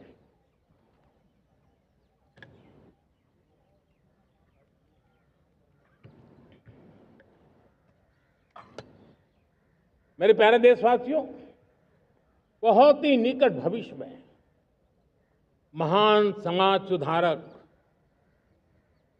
महात्मा ज्योतिबा फुले जी की 200वीं जयंती आ रही है। हम उस जयंती के समारोह शुरू करने जा रहे हैं और महात्मा ज्योतिबा फुले के सिद्धांत, उन्होंने जो मंत्र दिए, उसमें हमारे लिए प्रेरणा है। पिछड़े को प्राथमिकता, पिछड़े को प्राथमिकता देते हुए हम परिवर्तन की ऊंचाइयों को प्राप्त करना चाहते हैं। हम इसके लिए परिश्रम की पराकाष्ठा करना चाहते हैं। हम पारदर्शी नीतियों के द्वारा पिछड़ों को प्राथमिकता, ये हम धरती पर उतारना चाहते हैं, हर पिछड़े के जीवन में उतारना चाहते हैं। साथियों, रेहड़ी पटरी वालों के लिए स्वनिधि योजना हो या हमारे हुनर वाले, हाथ से काम करने वाले विश्वकर्मा योजना की बात हो, आदिवासी में भी जो पिछड़े रह गए हैं उनके लिए पीएम जनधन की योजना की बात हो, हमारे पूर्वी भारत को विकास में पूरे देश के अंदर बराबरी में लाना और उनको नेतृत्व देने की दिशा में काम हो। हम सिर्फ समाज पिछड़े हो उनकी चिंता तक अटकने वाले नहीं है। जो क्षेत्र पिछड़े हैं उनको भी हम प्राथमिकता देना चाहते हैं। जो जिले पिछड़े रहे हैं हम उनको प्राथमिकता देना चाहते हैं। जो ब्लॉक पिछड़े रहे हैं उनको प्राथमिकता देना चाहते हैं। हमने 100 एस्पिरेशनल डिस्ट्रिक्ट, 500 एस्पिरेशनल ब्लॉक, उसी मिशन में काम किया है। हमने पूर्वी भारत के विकास के लिए हजारों करोड़ रुपए के इंफ्रास्ट्रक्चर के प्रोजेक्ट को बल दिया है। हमने पूर्वी भारत के जीवन को बदल करके देश की विकास यात्रा में भागीदार बनने का। मेरे प्यारे देशवासियों, जीवन हर क्षेत्र में विकास होना चाहिए। विकास के लिए खेल का भी महत्व होता है। और मुझे खुशी है कि एक जमाना था जहाँ बच्चे खेल में अगर समय लगाते हैं तो माँ बाप ज़्यादा पसंद नहीं करते थे। आज एकदम से उलट गया है। अगर बच्चे खेल कूद में आगे आते हैं, रुचि लेते हैं, तो माँ बाप गर्व से भर जाते हैं। मैं इसे एक शुभ संकेत मानता हूँ। मेरे देश के परिवार के अंदर खेल को प्रोत्साहन का वातावरण मैं देखता हूँ, मेरा मन गर्व से भर जाता है। मैं इसे देश के भविष्य के लिए बहुत शुभ संकेत मानता हूँ।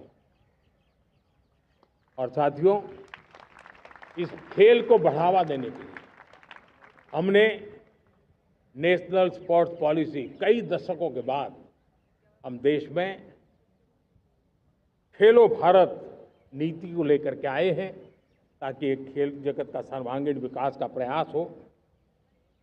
स्कूल से लेकर के ओलंपिक तक हम एक पूरा इकोसिस्टम डेवलप करना चाहते हैं, चाहे कोचिंग की व्यवस्था हो, फिटनेस की बात हो, खेल के मैदान हो, खेल की व्यवस्थाएं हो, खेल के लिए आवश्यक साधन हो, लघु उद्योगों को भी खेल के साधन बनाने में मदद करने की बात हो। यानी एक प्रकार से पूरा इकोसिस्टम हम दूर दराज के बच्चों तक पहुंचाना चाहते हैं। लेकिन साथियों, जब मैं फिटनेस की बात करता हूं, जब मैं खेलकूद की बात करता हूं, तो मैं एक चिंता भी आपके सामने रखना चाहता हूं। हमारे देश के हर परिवार को चिंता करनी चाहिए। मोटापा हमारे देश के लिए बहुत बड़ा संकट बनता जा रहा है। आने वाले वर्षों में लोग, जो पंडित लोग हैं वो कहते हैं, जो जानकार लोग कहते हैं, हर तीसरे व्यक्ति में एक व्यक्ति मोटापे का शिकार होगा। हमें मोटापे से बचना है, ओबेसिटी से बचना है। और इसलिए मैंने बाकी सब करना पड़ेगा, लेकिन एक छोटा सा सुझाव दिया था कि परिवार तय करे कि जब खाने का तेल घर में आएगा 10% कम ही आएगा और 10% कम ही उपयोग करेंगे, और हम ओबेसिटी के खिलाफ लड़ाई को जीतने की दिशा में हम अपना योगदान देंगे।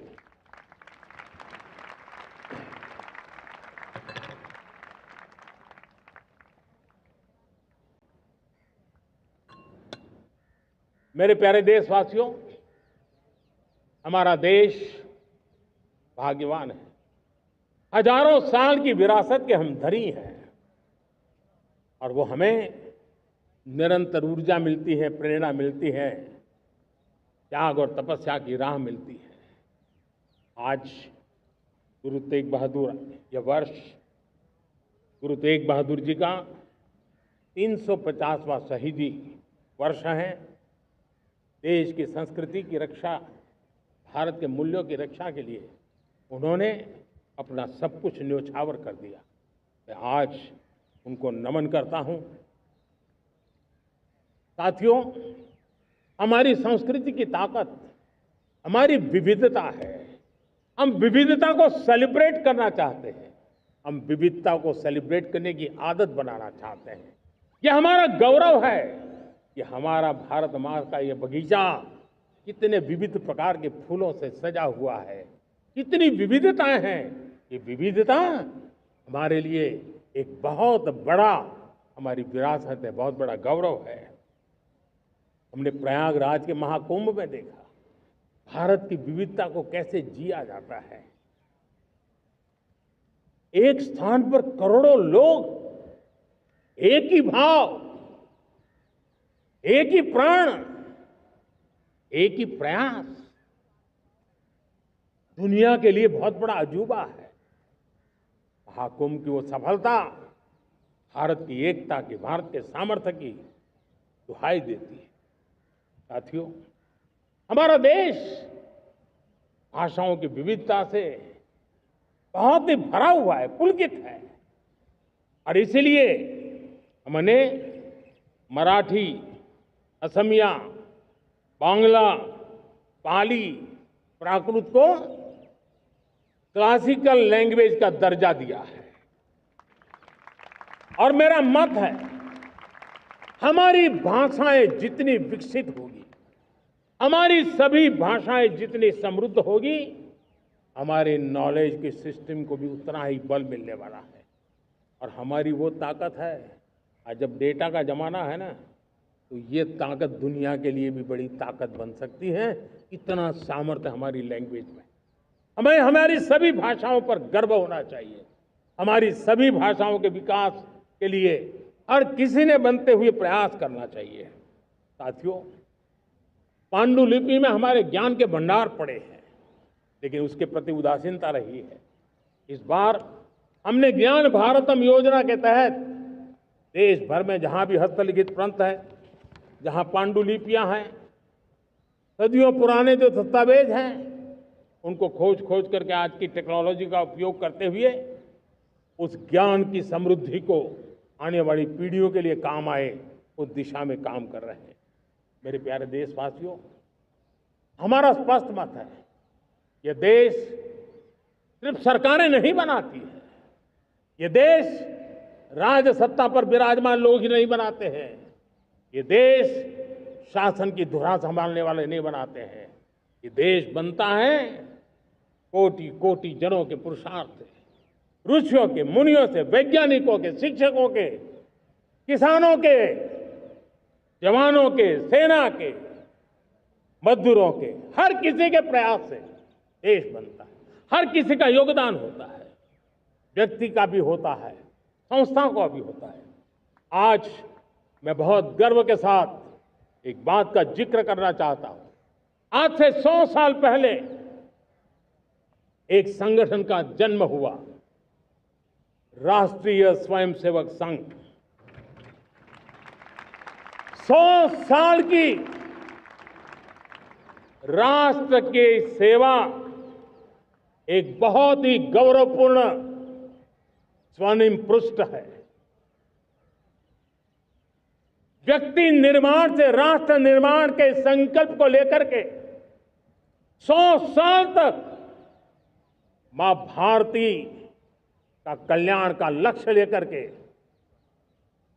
लक्षावधि स्वयंसेवकों ने मातृभूमि के कल्याण के लिए अपना जीवन समर्पित किया है। सेवा, समर्पण, संगठन और अप्रतिम अनुशासन, ये जिसकी पहचान रही है, ऐसा राष्ट्रीय स्वयंसेवक संघ दुनिया का ये सबसे बड़ा एनजीओ है। एक प्रकार से 100 साल का उसका समर्पण का इतिहास है।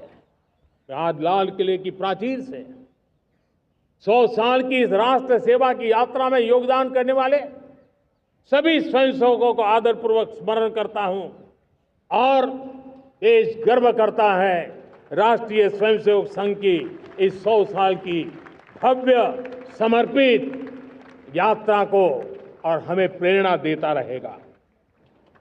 मेरे प्यारे देशवासियों,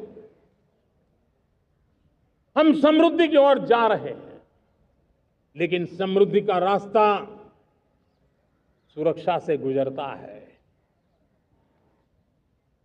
पिछले 11 वर्षों में राष्ट्र सुरक्षा, राष्ट्र रक्षा, राष्ट्र के नागरिकों की रक्षा, इन सभी मोर्चों पर हमने पूरे समर्पण भाव से काम किया है। हम बदलाव लाने में सफल हुए हैं। यह देश जानता है कि हमारे देश का बहुत बड़ा जनजातीय क्षेत्र नक्सलवाद की चपेट में, माओवाद की चपेट में पिछले कई दशकों से लहूलुहान हो चुका था। सबसे ज्यादा नुकसान मेरे आदिवासी परिवारों को हुआ। आदिवासी माताओं बहनों ने अपने सपने के होनहार बच्चों को खो दिया। नौजवान बेटे गलत रास्ते पर खींच लिए गए, भटकाए गए, उनकी जीवन को तबाह कर दिया गया। हमने फौलादी हाथ से काम लिया। एक समय था, कभी 125 से ज्यादा जिलों में नक्सलवाद अपनी जड़ें जमा चुका था।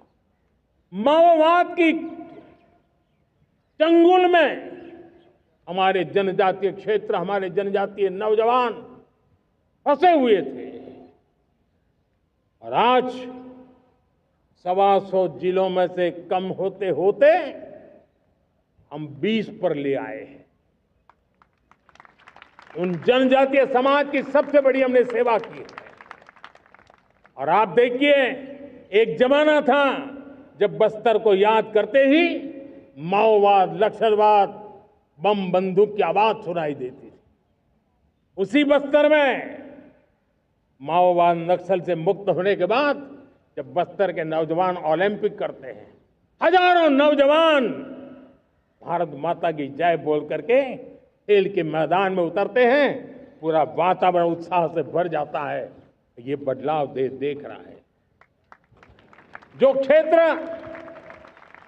कभी रेड कॉरिडोर के रूप में जाने जाते थे, वो आज विकास के ग्रीन कॉरिडोर बन रहे हैं। साथियों, हमारे लिए गर्व की बात है, भारत के नक्शे में जिन क्षेत्रों को लहूलुहान कर दिया गया था, लाल रंग से रंग दिया गया था, हमने वहां संविधान, कानून और विकास का तिरंगा फहरा दिया है।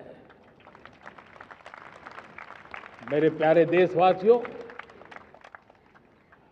ये भगवान बिरसा मुंडा की 150वीं जयंती का अवसर है। तब इन जनजातीय क्षेत्रों को नक्सल से मुक्त कर करके, मेरे जनजातीय परिवार के नौजवानों की जिंदगी बचा करके हमने भगवान बिरसा मुंडा को एक सच्ची श्रद्धांजलि दी है।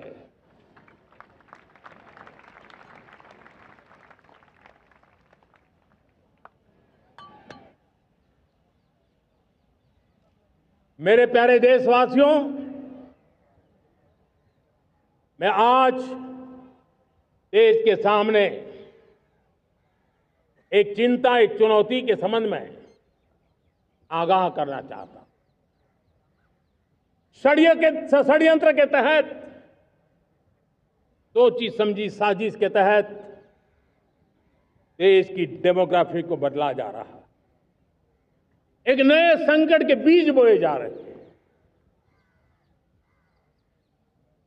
और ये घुसपैठिए मेरे देश के नौजवानों की रोजी रोटी छीन रहे हैं। एक घुसपैठिए मेरे देश की बहन बेटियों को निशाना बना रहे हैं। ये बर्दाश्त नहीं होगा। ये घुसपैठिए भोले भाले आदिवासियों को भ्रमित करके उनकी जमीनों पर कब्जा कर रहे हैं। ये देश सहन नहीं करेगा। और इसलिए मेरे प्यारे देशवासियों, जब डेमोग्राफी परिवर्तन होता है, सीमावर्ती क्षेत्रों में डेमोग्राफी में परिवर्तन होता है, तब राष्ट्रीय सुरक्षा के लिए संकट पैदा होता है। देश की एकता, अखंडता और प्रगति के लिए ये संकट पैदा, सामाजिक तनाव के बीज बो देता है।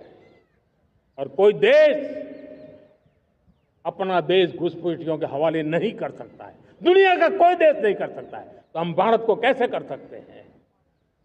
हमारे पूर्वजों ने त्याग और बलिदान से आजादी पाई है, हमें स्वतंत्र भारत दिया है। उन महापुरुषों के प्रति हमारा कर्तव्य है कि हम हमारे देश में ऐसी हरकतों को स्वीकार न करें। उनकी सच्ची श्रद्धांजलि होगी। और इसलिए मैं आज लाल किले की प्राचीर से कहना चाहता हूं, हमने एक हाई पावर्ड डेमोग्राफी मिशन शुरू करने का निर्णय किया है। ये मिशन, इस मिशन के द्वारा ये जो भीषण संकट नजर आ रहा है, भारत पे मंडरा रहा है जो संकट है, उसको निपटाने के लिए तय समय में सुविचारित, सुनिश्चित रूप से अपने कार्य को करेगा। उस दिशा में हम आगे बढ़ रहे हैं। मेरे प्यारे देशवासियों, कल जन्माष्टमी का पावन पर्व है। भगवान श्री कृष्ण का जन्मोत्सव देश में मनाया जाता है। साथियों, जब मुझे भगवान श्री कृष्ण याद आते हैं तो हम देख रहे हैं कि पूरे विश्व में आज युद्ध के तौर तरीके बदल रहे हैं। हमने देखा है कि भारत युद्ध के हर नए तौर तरीकों को निपटने में समृद्ध है। हमने ऑपरेशन सिंदूर में दिखा दिया है, टेक्नोलॉजी में जो भी महारत थी। पाकिस्तान ने हमारे सैन्य ठिकानों पर, हमारे एयरबेस पर, हमारे संवेदनशील स्थानों पर, हमारे आस्था के केंद्रों पर,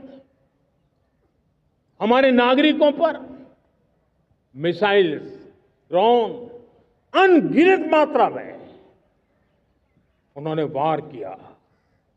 देश ने देखा है, लेकिन देश को सुरक्षित रखने के जो प्रयास पिछले 10 साल में हुए हैं, उस ताकत का परिणाम था कि उनके हर हमले को हमारे जाबाजों ने और हमारी टेक्नोलॉजी ने तिनके की तरह बिखेर दी।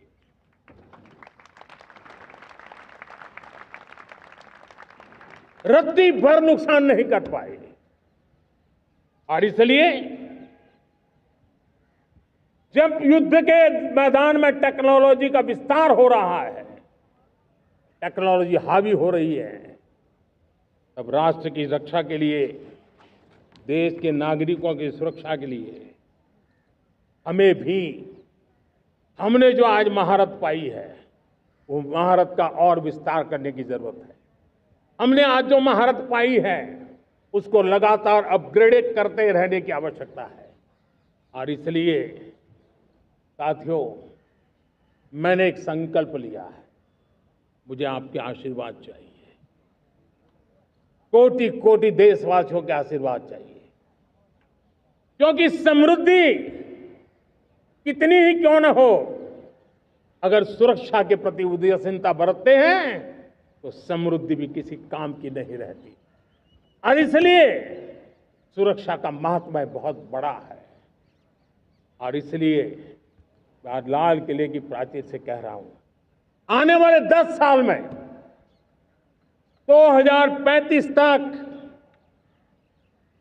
राष्ट्र के सभी महत्वपूर्ण स्थलों, जिनमें सामरिक के साथ साथ सिविलियन क्षेत्र भी शामिल है,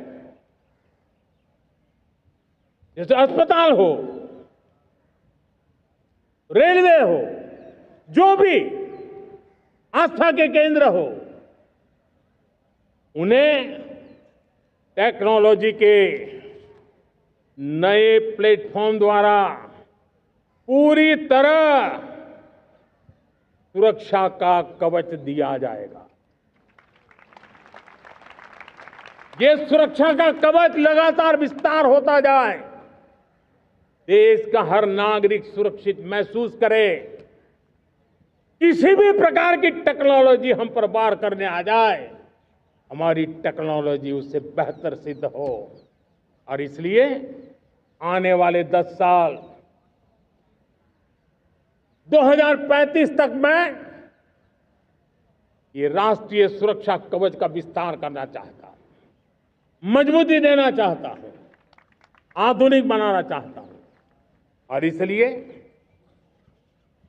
भगवान श्री कृष्ण से प्रेरणा पाकर के हमने श्री कृष्ण का जो सुदर्शन चक्र था, उस सुदर्शन चक्र की राह को चुना है। आप में से बहुत लोगों को याद होगा, जब महाभारत की लड़ाई चल रही थी, श्री कृष्ण ने अपने सुदर्शन चक्र से सूर्य के प्रकाश को रोक दिया था और दिन में ही अंधेरा कर दिया था। सूर्य प्रकाश को सुदर्शन चक्र से रोक दिया था। और तब अर्जुन ने जो शपथ ली थी जयद्रथ का वध करने की, उस प्रतिज्ञा को अर्जुन पूर्ण कर पाए थे। वो सुदर्शन चक्र के पराक्रम और रणनीति का परिणाम था। अब देश सुदर्शन चक्र मिशन लॉन्च करेगा।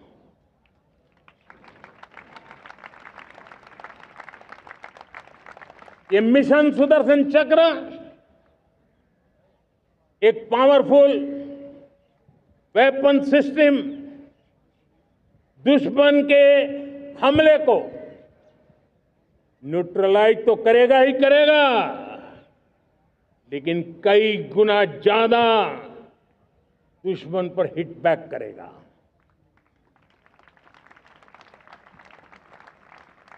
हमने भारत के इस मिशन सुदर्शन चक्र के लिए कुछ मूलभूत बातें भी तय की है। आने वाले 10 सालों में हम उसको प्रखरता से आगे बढ़ाना चाहते हैं। एक तो ये पूरी आधुनिक सिस्टम, इसके लिए रिसर्च, डेवलपमेंट, उसकी मैन्युफैक्चरिंग हमारे देश में ही हो, हमारे देश के नौजवानों के टैलेंट से हो, हमारे देश के लोगों के द्वारा बनी। दूसरा, एक ऐसी व्यवस्था होगी जो वॉरफेयर के हिसाब से भविष्य में क्या क्या संभावनाएं हैं उसका हिसाब किताब लगा करके +1 की स्ट्रेटेजी वर्कआउट करेगी। और तीसरा, सुदर्शन चक्र की एक ताकत थी, वो बहुत ही प्रिसाइज, जहां जाना था वहीं जाता था और वापस श्री कृष्ण के पास लौट के आता था। हम इस सुदर्शन चक्र के द्वारा भी टारगेटेड प्रिसाइज एक्शन के लिए भी व्यवस्था को विकसित करने की दिशा में आगे बढ़ेंगे। और इसलिए युद्ध के बदलते तौर तरीकों में राष्ट्र की सुरक्षा, नागरिकों की सुरक्षा के लिए मैं बड़े प्रतिबद्धता के साथ इस कार्य को आगे बढ़ाने के लिए वचन देता हूं। मेरे प्यारे देशवासियों, जब हम लोकतंत्र की बात करते हैं, स्वतंत्र भारत की बात करते हैं, तब हमारा संविधान हमारे लिए सर्वोच्च दीप स्तंभ होता है, हमारा प्रेरणा का केंद्र होता है। लेकिन आज से 50 साल पहले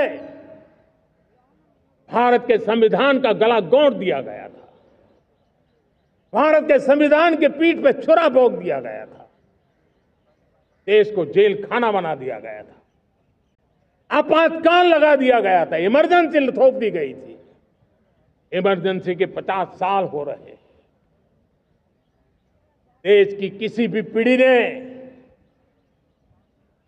संविधान की हत्या के इस पाप को कभी भूलना नहीं चाहिए। संविधान की हत्या करने वाले पापियों को नहीं भूलना चाहिए। और हमें भारत के संविधान के प्रति अपने समर्पण को और मजबूती देते आगे बढ़ना चाहिए। वो हमारी प्रेरणा है।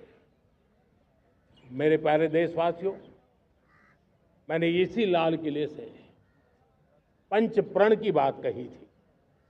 मैं आज लाल किले से फिर से एक बार मेरे देशवासियों का पुनः स्मरण जरूर करना चाहता हूं। विकसित भारत बनाने के लिए न हम रुकेंगे, न हम झुकेंगे। हम परिश्रम की पराकाष्ठा करते रहेंगे और अपनी आंखों के सामने 2047 में विकसित भारत बना करके रहेंगे। मेरे प्यारे देशवासियों, हमारा दूसरा प्रण है कि हम हमारे जीवन में, हमारी व्यवस्थाओं में, हमारे नियम कानून परंपराओं में गुलामी का एक भी कण अब बचने नहीं देंगे। हम हर प्रकार की गुलामी से मुक्ति पाकर के ही रहेंगे। मेरे प्यारे देशवासियों, हम अपनी विरासत पर गर्व करेंगे। हमारी पहचान का सबसे बड़ा आभूषण, सबसे बड़ा गहना, सबसे बड़ा मुकुटमणि हमारी विरासत है। हम विरासत का गर्व करेंगे। मेरे प्यारे देशवासियों, इन सब के लिए एकता, ये मंत्र सबसे बड़ा शक्तिशाली मंत्र है और इसलिए एकता की डोर को कोई काट न सके, ये हमारा सामूहिक संकल्प होगा। मेरे प्यारे देशवासियों, मां भारती के प्रति कर्तव्य निभाना ये पूजा से कम नहीं है, तपस्या से कम नहीं है, आराधना से कम नहीं है। और उसी भाव से हम सब मातृभूमि के कल्याण के लिए परिश्रम की पराकाष्ठा करते हुए 2047 विकसित भारत के लक्ष्य को पार करने के लिए अपने आप को अपा देंगे, अपने आप को झोंक देंगे। जो भी सामर्थ्य है, कोई भी अवसर को छोड़ेंगे नहीं।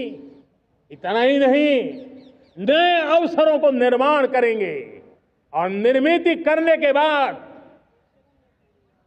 हम 140 करोड़ देशवासियों के सामर्थ्य से आगे बढ़ते ही रहेंगे, बढ़ते ही रहेंगे, बढ़ते ही रहेंगे। मेरे प्यारे देशवासियों, हमें याद रखना है, 140 करोड़ देशवासियों को याद रखना है, परिश्रम में जो तपा है, परिश्रम में जो तपा है, उसने ही तो इतिहास रचा है। परिश्रम में जो तपा है, उसने ही तो इतिहास रचा है। जिसने फौलादी चट्टानों को तोड़ा है, जिसने फौलादी चट्टानों को तोड़ा है, उसने ही समय को मोड़ा है। जिसने फौलादी चट्टानों को तोड़ा है, उसने ही समय को मोड़ा है। और समय को मोड़ देने का भी, समय को मोड़ देने का भी यही समय है, सही समय है। मेरे प्यारे देशवासियों, एक बार फिर आप सबको आजादी के इस महान पर्व की अनेक अनेक शुभकामनाएं देता हूं, बहुत बहुत बधाई देता हूं। मेरे साथ बोलेंगे, जय हिंद, जय हिंद, जय हिंद। भारत माता की, भारत माता की, भारत माता की। वंदे, वंदे, वंदे। बहुत बहुत धन्यवाद। जनगण मन अधिनायक जय हे भारत भाग्य विधाता। पंजाब सिंध गुजरात